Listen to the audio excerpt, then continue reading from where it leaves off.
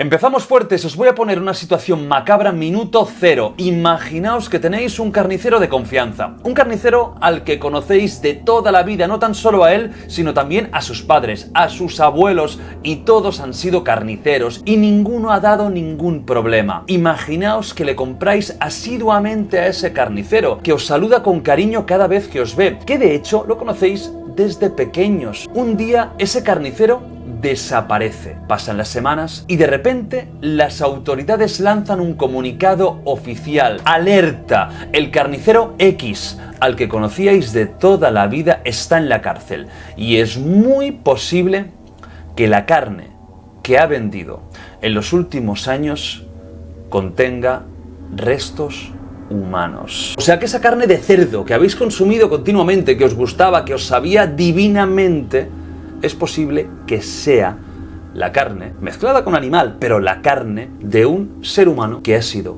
brutalmente asesinado, troceado y vendido como comida. Comenzamos con esta historia absolutamente real, comenzamos fuertes aquí en el Rincón de Giorgio, y la historia que vais a escuchar a continuación os va a helar, porque una vez más dictamina que nunca sabes quién va a poder ser un auténtico psicópata. Quizás ese tendero que te caía tan bien, un día ¡bum!, te va a atacar. Pero antes tengo que decir dos cositas. Una que me da la pena más grande de mi vida: es el primer vídeo que hago en el Rincón de Giorgio desde que mi padre falleció. El tema está para mí aún un poco reciente. Estoy grabando esto en Navidades, está siendo una época de mierda. No voy a hablar mucho del tema, lo comenté en el podcast, seguro que lo habéis visto la gran mayoría, si no hay un podcast dedicado a ello. Mi padre era alguien fundamental en este canal y lo echo mucho de menos y le voy a echar mucho de menos. Y así es la vida, ¿no? Así es la puta vida, como decía yo en el libro. Y tenemos que tirar para adelante, pero bueno, que sepáis que siempre estará presente en este canal y siempre estará presente en mi vida. Quería comentar esto por si no lo sabíais, que entiendo que la mayoría sí, pero bueno, nunca se sabe. Esta es la primera cosa y es una desgracia terrible. La vida no espera a nadie y lo mejor que puedes hacer en un caso así es recuperar tu rutina, trabajar, hacer cosas que te ilusionen. Y la siguiente cosa que os voy a comentar pues es algo que me ilusiona muchísimo, que ha estado en el candelero porque después de lo que me pasó perdí las ganas de todo, pero la recuperé, así que es un auténtico orgullo presentar Dogfight Wild Tournament 3 Tertium Mortis, tercera muerte. Este 31 de enero aquí en el Rincón de Giorgio tendréis totalmente gratis el evento más violento, loco, épico de toda la historia. Las cosas que tengo planteadas para este año es que ya no sé cómo las voy a superar. Esta edición se va a inspirar en el Imperio Romano, en el Coliseo, y vais a tener el Coliseo aquí en el Rincón de Giorgio y en Dogfight. Voy a hacer un pequeño spoiler, en mi podcast lo explicaré largo y tendido, pero voy a hacer un pequeño spoiler de qué podéis encontrar. Tendremos una batalla de leyenda contra leyenda que aún no os puedo decir nombres, pero tenía muchísimas ganas de por fin tenerlo en Dogfight. Tendremos un combate femenino sin reglas, extremadamente violento. Tendremos un 2 contra 2, regresan Gaps y Dravko, pero esta vez van juntos, van en dúo y en equipo y se van a enfrentar con otros dos grandotes. Y este combate va a tener una sorpresa, que se va a caer el estadio, el Coliseo, cuando lo anuncie, y lo anunciaré ahí. Hasta entonces tendréis que aguantar. Combate también de dos estilos completamente diferentes, como si estuviéramos jugando al Street Fighter, y entramos ya en las locuras máximas. Tendremos combate con armadura medieval de MMA. Es posible, es real, existe. Y el main event. El main event es lo más gordo y es lo que me va a complicar mucho superarme en una próxima edición, porque el main event es algo histórico. Yo no lo he visto nunca en ningún sitio del mundo y creo que va a ser una experiencia que, si podéis estar ahí en Badalona, en el Olympic de Badalona, venid. Tenéis el link de compra de entradas en la descripción de este vídeo, porque esto va a ser una cosa que no se ha visto nunca en el mundo y que no creo que se vaya a ver. Tendremos un Battle Royale de 10 combatientes a la vez, como si fuera el Coliseo, todos contra todos. Repito, 10 peleadores a la vez, todos contra todos, y esto no va a ser en el octágono. Vamos a hacer algo con él, ya no desvelo más historias porque al final estoy haciendo spoiler de todo. Vamos a hacer algo con el octágono que tampoco nunca se ha hecho y que vais a alucinar. Lo tendréis aquí, por supuesto, en el Rincón de Giorgio. De hecho, también tendréis el link aquí en la descripción del vídeo. Y si podéis venir, venid, porque es algo legendario. Y ahora termino con esto, que la verdad es que me hacía muchísima ilusión y para mí te diría que casi es terapéutico, que este dogfight me ha ayudado muchísimo a animarme, a motivarme y a superarme para intentar pasar estos días tan jodidos con lo de mi padre. Papá, te estimo. Vamos ya con el vídeo. Hoy el caso desgarrador de Robert Pickton.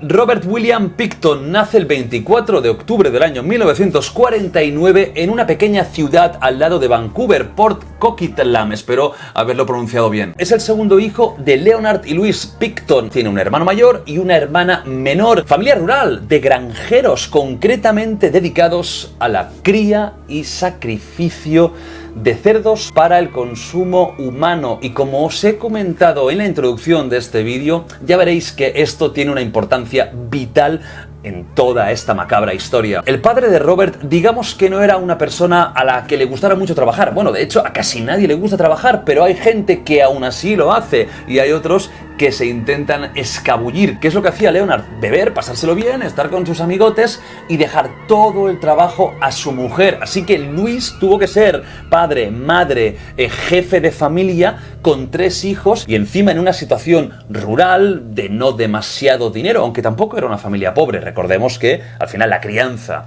y la venta de carne de cerdo es algo que puede dar dividendos. Eso no exime que el carácter de Luis, además de ser un carácter exigente, duro, muy duro, demasiado duro, era también muy excéntrico. Rayaba la obsesión, tenía a los 3 niños como si fueran reclutas de un cuartelillo militar. Tenían que obedecer todo lo que ella decía al instante, o si no, había castigo. Luis lo tenía clarísimo, sus hijos tenían que seguir la tradición familiar, por lo que desde que fueron pequeñitos les inculcó la dureza del trabajo y les obligó a hacer los trabajos pues más desagradables, como puede ser limpiar excrementos o sacrificar a los animales. Y aquí es cuando la historia empieza a ponerse un poco turbia, porque es cierto que quizás tenemos unos padres que no son los ideales, pero tampoco son tan malos. Al final es otra época y la dureza del trabajo es algo normal, y más en esa situación. Pero los hermanos, sobre todo ellos dos, la hermana no tanto, empiezan a mostrar comportamientos más excéntricos aún que su madre. Comienzan a disfrutar, por ejemplo, con el hecho de esconderse en el cadáver de los cerdos. Es decir, sabéis que los cerdos se cuelgan, se almacenan y están abiertos, ¿no? Pues ellos disfrutaban metiéndose ahí dentro. Evidentemente aquí ya vamos más allá, ¿no?, del cuidado de los padres. Estamos hablando de un comportamiento que roza lo perverso, pero de momento sin crimen, sin asesinatos y sin violencia. Cuando Robert era muy chiquito tenía una mascota que quizás para la gente de ciudad como nosotros no es muy habitual, pero para ellos no era tan extraño, y es que tuvo un carnero de mascota. Pero sus padres no estaban demasiado a favor de esta relación tan bonita, porque al final estos animales para ellos servían simplemente para sacrificar o para trabajar. Así que, ¿qué hicieron los padres? Lo sacrificaron delante de él, mostrando una crueldad importante. Puedes intentar convencer a tu hijo de que ese animal no puede ser una mascota, pero desde luego sacrificarlo delante para que vea cómo sale la sangre a borbotones, para que vea cómo se muere, y siendo un animal tan querido para él, es una muestra de maldad. ¿Y Robert en la escuela qué tal? Pues sinceramente, un estudiante mediocre, le costaba bastante sacarse las asignaturas, tanto es así que llegó a ir a clases especiales. Si a eso le sumas que Luis, su madre, enviaba a los niños sucios, a veces incluso con manchas de excremento en la ropa o en las manos o en las uñas, sin cuidar, oliendo mal, pues los niños, que son muy jodidos, ¿qué hacían? Se reían de los 3 hermanos, les llamaban Stinky Pig, cerdito apestoso, y al final todo esto tampoco ayudó a que Robert fuera mejor estudiante. ¿Qué pasa? Que acaba abandonando la escuela antes de tiempo y así puede estar más horas en la granja, los padres contentos porque al final va a estar ahí trabajando y por lo tanto la granja será más productiva, y se termina la historia de Robert con los estudios. ¿Y qué pasa con los hermanos? Pues la hermana, sinceramente, es la más normal de todos, no le gustaba el ambiente, no le gustaba la granja, no le gustaba su madre, por lo que decide irse a vivir con unos familiares en Vancouver. El hermano, al contrario de Robert, que era un poquito más retraído, que era un poquito más tímido, podríamos decir, era violento, era gallito y desde pequeño tuvo problemas con la justicia, llegando incluso a atropellar a un chaval, por lo que estuvo a punto de entrar en la cárcel y de tener problemas legales serios. Aún así, ambos hermanos se quedan en la granja y desde los unos aproximadamente 14, 15 años, trabajan, viven encerrados en ese ambiente, sobre todo Robert, que no tenía amigos, no tenía novias, no tenía vicios, solo estaba ahí trabajando y sacrificando cerdos. Llegaban a sacrificar cada uno 15 cerdos al día. Pero claro, por mucho que reprimas los instintos más básicos de una persona, al final acaban saliendo, y a los 25, 26 años de edad, Robert empieza a visitar y frecuentar el barrio rojo de Vancouver, el Downtown East Side, que, vamos a decirlo claramente, pues era el típico barrio, la típica calle llena de prostíbulos, en muchos casos con prostitutas sin familia, drogadictas, con un nivel académico nulo. Vamos, el típico cuadro de mujer que se dedica a esto porque no tiene absolutamente nada más en la vida. Y este es un perfil súper interesante para un asesino en serie. Lo hemos visto en muchos vídeos aquí en el Rincón de Giorgio. ¿Por qué?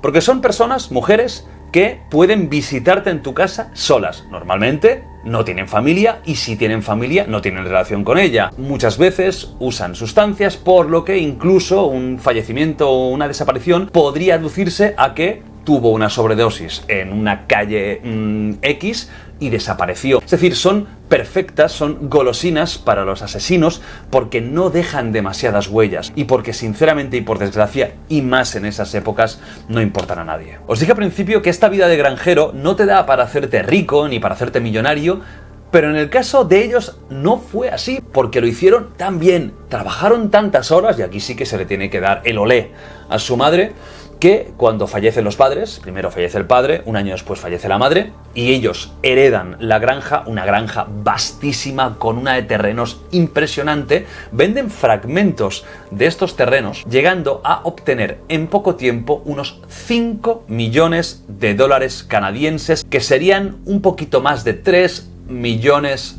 de euros. ¿Y esto que provoca? Más vicio, más descontrol. Comienzan los hermanos a utilizar la granja para más cosas que el sacrificio de cerdos. Montan fiestas y orgías gigantescas. El hermano que había entrado en los Hells Angels utilizaba terreno de la granja para guardar coches y vehículos que robaban. Ahí los despiezaban y luego vendían las partes y se ganaban una buena tajada. Pero lo más, vamos a decir, preocupante es lo primero que os comentaba. No tanto el tema de la delincuencia o los robos de automóviles, sino las orgías, el sexo. Robert pasa de ser ese chico introvertido que no tiene vicios a convertirse en un adicto a la prostitución, a las orgías y al desfase más loco. Alcohol, drogas, dinero casi ilimitado. Esta combinación va creando en él un auténtico monstruo. Con una fachada no tan peligrosa, la gente lo veía como ese excéntrico, nuevo rico, granjero, sucio y que huele mal, pero que monta unas fiestas loquísimas e increíbles, y que es alguien del que te puedes reír porque no te va a hacer nada. Estaban completamente equivocados. El tema de las juergas empieza a profesionalizarse e incluso crean un club privado llamado, y esto no es broma, esto no es un fragmento de un guión de una nueva serie que saldrá en alguna plataforma de streaming, no, esto es la realidad absoluta. Montaron un club en una de sus numerosas tierras llamado Piggy's Palace, el palacio de las cerditas o de los cerditos, y ahí es donde Robert empezaba a seleccionar las que serían sus víctimas, ya que atraía a muchas personas vulnerables, como las prostitutas que os comentaba, que no tenían nadie que pudiera recogerlas, que no tenían nadie que se preocupara por ellas. Se puso la cosa tan surrealista con este club que incluso fundaron una fundación oficial. Cuando digo oficial, significa que estaba registrada por el Estado, que se llamaba, atentos, porque parece un chiste, Piggy's Palace Good Times Society, que sería algo así como la sociedad de los buenos momentos del palacio de las cerditas o de los cerditos.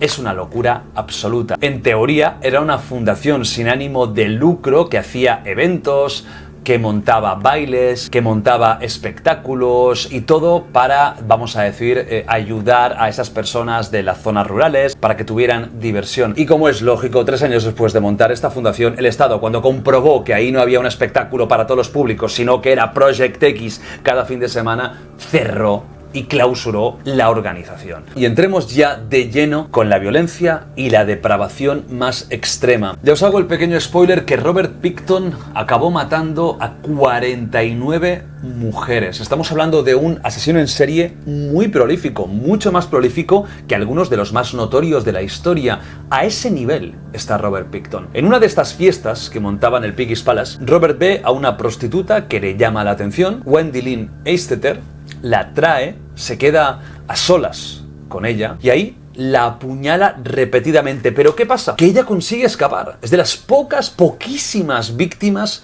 que consigue zafarse, se escapa, porque seguramente él aún no sabía cómo matar. Estaba nervioso, tenía miedo, era cruzar un umbral, sus fantasías se iban a hacer realidad. Pasaba de esos momentos en los que junto a su hermano se escondía en cadáveres de animales a ser él el que provoca un cadáver. Así que ella corre y llega a la policía. Y aquí se podría haber acabado la historia. Realmente, si yo soy un policía y a mí me viene una mujer y me dice, mire, este señor me ha apuñalado repetidamente, me he escapado, este señor no sale nunca más en libertad, o al menos se pasa 25 años encerrado. Pues no, como Wendy era una prostituta, y aquí vamos al tema de la vulnerabilidad y de los fallos del sistema, como era una prostituta y tenía problemas de adicciones, su testimonio no acabó de cuadrar para la policía, así que al final el cargo de intento de asesinato fue desestimado y aquí no ha pasado nada. Estamos en el año 1997 y Robert ya ha intentado matar. Falló una vez, pero no más. Empiezan a desaparecer mujeres, sobre todo del Downtown Eastside, el barrio rojo que os comentaba, de Vancouver, y la gente no entiende qué está sucediendo. No saben si es un grupo armado que las está secuestrando, no saben si son casos de desaparición fortuita o si es un asesino en serie, como así sería. En un año se reportan 28 mujeres desaparecidas. Estamos hablando de una velocidad de criminalidad que pocas veces hemos visto aquí. La policía ya empieza en ese momento a sospechar de que esto no es algo casual y de que hay un depredador que está cazando y matando a mujeres. Ponen incluso un anuncio de $100.000 a quien dé alguna pista y de momento nadie dice nada y nadie sabe nada. ¿Y qué es lo que hacía él con estas mujeres? Y esto desde luego es lo más escabroso de todo el caso. Además de, por supuesto, abusar de ellas, hacer perrerías con su cuerpo antes y después de morir. Os voy a contar ahora una historia, rompo totalmente el vídeo, de muchos años atrás, y algunos estaréis pensando, no me cuentes cuentos, sigue con el caso, ya veréis que tiene relación. Y es que en el Wild West, en el salvaje oeste, en esa época loca, pero también muy impresionante, ¿no?, de Estados Unidos, había una forma de eliminar las pruebas de un asesinato y directamente de eliminar el cadáver, de hacerlo desaparecer, que era muy curiosa y que está totalmente documentada que era cierta, y es que los cadáveres se metían en el corralillo de los cerdos y los cerdos, que se lo comen todo, incluso huesos, terminaban con cualquier cadáver que les metieran ahí dentro. ¿Y por qué cuento todo esto? Porque Robert Pickton, años y años después, hace exactamente lo mismo. Una vez ha terminado con las víctimas, mete su cuerpo con los cerdos y estos se las comen enteras. Cerdos que después serían sacrificados y vendidos como carne para el consumo humano. En algunos casos de mujeres más corpulentas se supo que Robert utilizaba maquinaria para desmembrar, para triturar carne, les servía a sus animales pues los cadáveres de esta forma tan terrible. No tan solo eso, y aquí viene ya el no va más, el insuperable. Esta carne que a veces trituraba, sobre todo de zonas donde hay más grasa, donde hay más materia, como podrían ser las nalgas, como podría ser la barriga, se empaquetaba junto a la carne de cerdo y se vendía. Tanto es así que cuando la acaban deteniendo, las autoridades, como os comenté en la intro, hacen un comunicado avisando de esto a la gente que le había comprado. Eso es muy fuerte. Ya no estamos hablando tan solo de que el muy desgraciado matara a personas y diera el cadáver a los cerdos, es que también la propia carne era vendida a otros seres humanos que, claro, con la mezcla de carne de cerdo y de persona, pues no debería tener un gusto muy característico o muy diferente, un poquito quizás. No sé cómo lo hacía, tampoco, no le voy a preguntar a Robert Pickton, oye, ¿cómo lo hacías esto?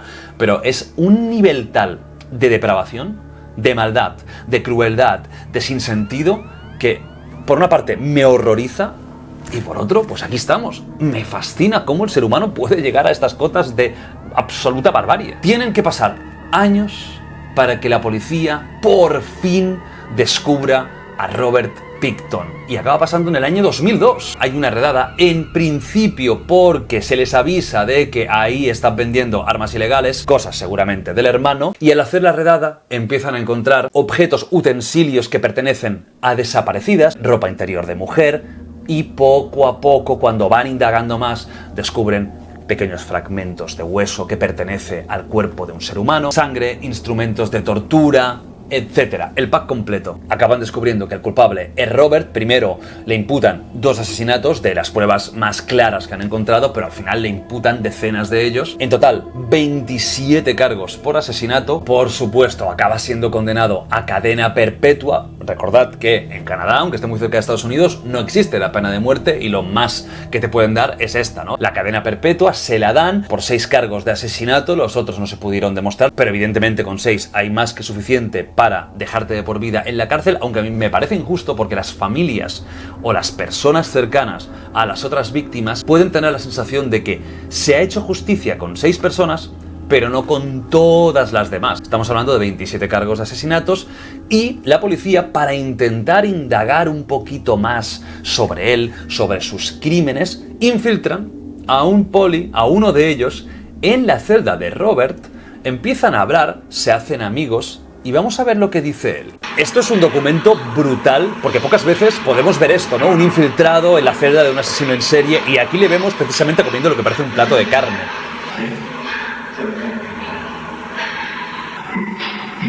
Os voy a ir traduciendo cuando sea algo importante, sobre todo lo que yo quiero que sepáis, porque hay algo que es bastante heavy.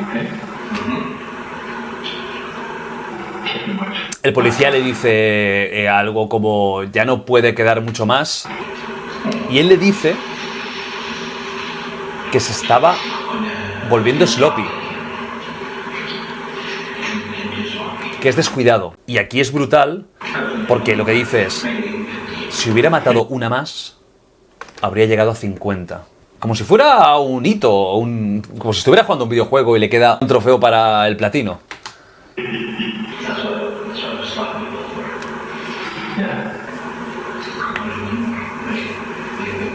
Quiero hacer uno más, el 5-0, el 5-0.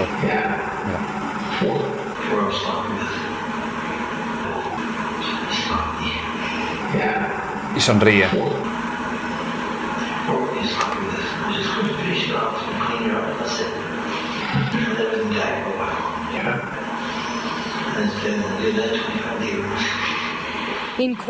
Es una barbaridad cómo se está riendo, es decir, con qué frialdad habla de esto. Bueno, y aquí vemos un psicópata del libro, ¿no? Una persona que está hablando de algo trágico, tremendo, muy grave, con no tan solo frialdad, sino con orgullo. Con orgullo y con pesar de: ay, si no hubiera sido descuidado, al final hubiera llegado al 5-0, a 50, qué bien.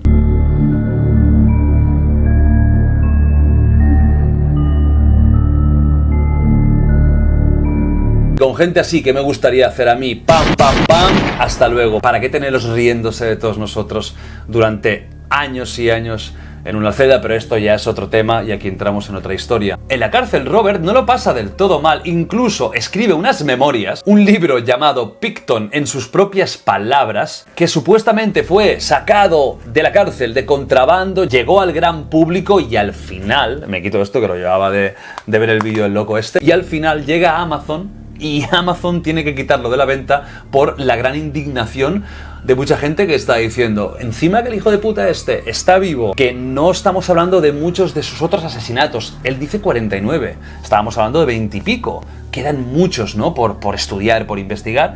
Encima, el tío está haciendo un libro orgulloso, ganando dinero. Tengo que reconocer que yo aquí tengo dudas, porque yo pues un poco me lo leería para intentar comprender cómo él piensa o cómo se ve a sí mismo, desde luego desde un punto de vista frío, analítico, objetivo, no desde la admiración o desde las ganas de que esto pase más a menudo, pero creo que no es bueno censurar los libros, sino explicar su contexto. Otra vez, este es otro tema. En 2010, y esto es algo que a mí me indigna, se decide no proceder con más de 20 cargos de asesinatos, se deja de investigar y se destruyen las pruebas. En teoría, porque ya está de por vida en la cárcel, no le pueden dar más castigo, y para evitar traumas a los familiares de las víctimas. Y yo creo que es justo al contrario. Lo que quieren los familiares de las víctimas es que, aunque ese tío esté de por vida en la cárcel, tengan la tranquilidad de saber que su hermana, que su prima, que su hija, quien sea, da igual, su ex, ha sido declarada víctima oficial de un asesino así, y que se sabe que ella desapareció por él, no porque le dio una sobredosis o porque se fugó con su chulo. ¿Y está vivo? Pues no está vivo. Precisamente en este 2024, en mayo, fue asesinado, y se lo merecía. Ojalá hubiera pasado antes, ha vivido muchos años. Fue asesinado por otro recluso, Martin Cheires, que ya era famoso porque era muy violento dentro de la cárcel. Mi teoría es que seguramente los guardias o quien fuera le tenían unas ganas locas a Picton y lo metieron con uno que ya tenía fama, o que era violento, o que atacaba a sus compañeros. Lo metieron ahí para que al final el otro se lo cargara en un impulso de rabia, odio o lo que fuera, y se lo cargó con, creen que un palo de escoba roto con la parte afilada, se lo clavó en la cabeza. No lo mató instantáneamente, pero cuando lo llevaron a la enfermería pues ya era tarde y acabó muriendo. Y así termina esta historia, ¿no? Un hombre tan psicópata, capaz de empaquetar la carne de sus víctimas y venderla, no tan solo para joder el recuerdo de la persona que ha asesinado, sino también para traumatizar, joder y reírse de la gente que compraba eso, porque aquí hay dos tipos de víctimas. En cuanto a lo de la carne, ¿es 100% seguro que lo hiciera? La policía encontró carne empaquetada en la casa. ¿Llegó a venderla? Se cree que sí. ¿Él lo ha dicho? No. Esa es la verdad. Pero todo indica a que así fue. Yo no tengo dudas de que sí, de que lo hizo. Y aquí terminamos con este primer vídeo de 2025 ya, como pasa el tiempo. Un 2024 que ha sido, por desgracia, muy malo para mí, sobre todo en la parte final. Al principio estaba de lujo, una parte final terrible. Os recuerdo, Dogfight, el 31 de enero en el Olympic Arena de Badalona. Tenéis las entradas aquí, todo el mundo a comprarlas porque ya se están vendiendo bastantes. Vamos a hacer sold out casi seguro, y si tardáis mucho os podéis quedar sin, y yo creo que va a valer la pena. Y los que no, que sois muchos más que vais a estar viéndolo, por supuesto, en el Rincón de Giorgio lo tendréis, un stream brutal que va a ser increíble. Os mando un beso enorme, un abrazo más fuerte aún, gracias por el cariño que me habéis dado con todo el tema de mi padre, y os quiero mucho, y él también os quería mucho, y bueno, a seguir. Adiós.